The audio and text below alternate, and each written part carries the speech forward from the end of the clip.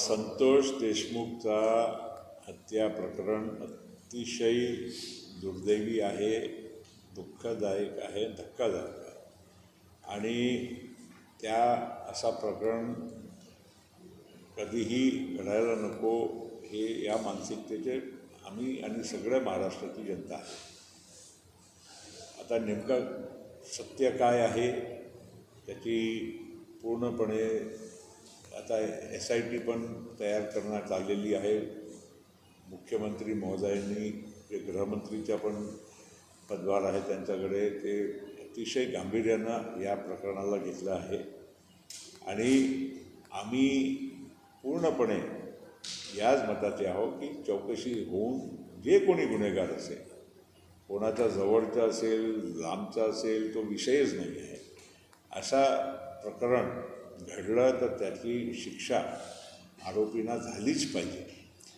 त्या अनुषंगानं आता आपण पाहत आहोत की पोलिसांनी अनेक लोकांची अटक केली आहे आणि आता त्याच्यामध्येही पूर्णपणे त्याची चौकशी विधिवत चालू आहे आणि राष्ट्रवादी काँग्रेस पक्ष की त्या काही पक्षाचा काय हा विषय नाही आणि त्यामुळे कुठलाही आमच्या आमदारांनी की BJPच्या आमदारांनी की इतर कोणी या प्रकरणामध्ये त्यांचा मत मांडण्याचं काम केलं असेल तर त्याच्यामध्ये आम्ही काही वेगळा अर्थ काढत नाही.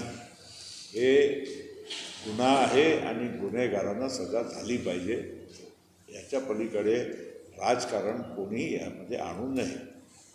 में जो है अभी तीनों दलों की महायुति बन करके विधानसभा का चुनाव भुजबळ साहेब आमच्या पक्षाचे ज्येष्ठ नेते आहे आणि त्यांच्याशी जे काय बोलायचं असेल आम्ही बोलू. बाकी काही असा नाराजी आहे की बाकीच्या गोष्टी आहे असं समजू नका. आम्ही वेळोवेळेवर त्यांच्याशी बोलत आलेलो आहोत आणि जे काय असेल त्यांची सूचना त्याप्रमाणे आम्ही काही ना काही मार्ग काढू.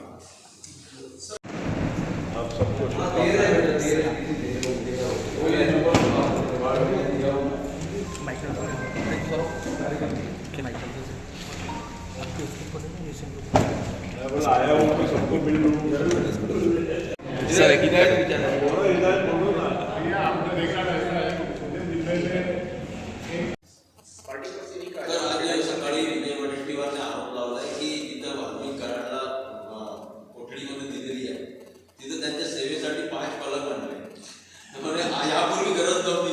आता कोणी काय म्हटलं त्याचं उत्तर मी घेत असा हे तर वडेट्टीवारला जास्त माहीत असेल ते काय चाललं आहे ते जाऊन पाहून आले असेल ते काय मला माहीत नाही. कोणत्या आधारावर बोलले ते मला माहीत नाही. एवढंच मी म्हणेल की गुन्हेगार जे कोणी असेल, वाल्मिक कराड असेल तर वाल्मिक कराड, आणखीन कोणी असेल त्याच्या मागे कोणी असेल चौकशी करून जे काय असेल तथ्य सत्य त्याच्यावर पोलिसांनी कडक कारवाई केली पाहिजे.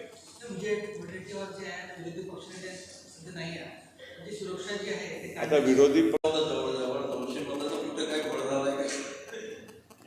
कार्यक्रम जवळपास झालंच आहे पण ठीक आहे. आम्हाला लोकशाहीमध्ये अशा गोष्टीचा शेवटी जनतेच्या जे काय मत असेल जास्त कमी जे काय असेल पण शेवटी आपल्याला ते सन्मान करावंच लागते आणि त्याच्यासाठी काय मला दुसरं काही बोलायचं नाही.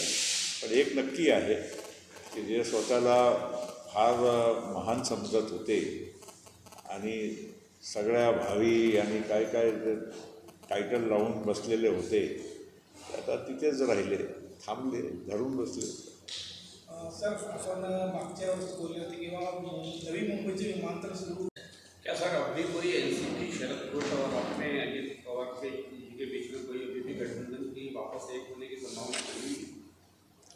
मैंने कल ही कहा एक प्रश्न का मुझे उत्तर देना था कि अगर दो हमारे जो ग्रुप हुए हैं हमारी पार्टी तो एनसीपी है। अगर सब मिलकर अगर हम साथ आ सकते और पवार फैमिली अगर साथ में एक हो सकती है तो उसमें हमें तो खुशी होगी। जब बोधिया नगर परिषद की हालत बहुत खराब है, बोधिया नगर आप बोल सकते हैं मैं चुनाव आदमी हूँ।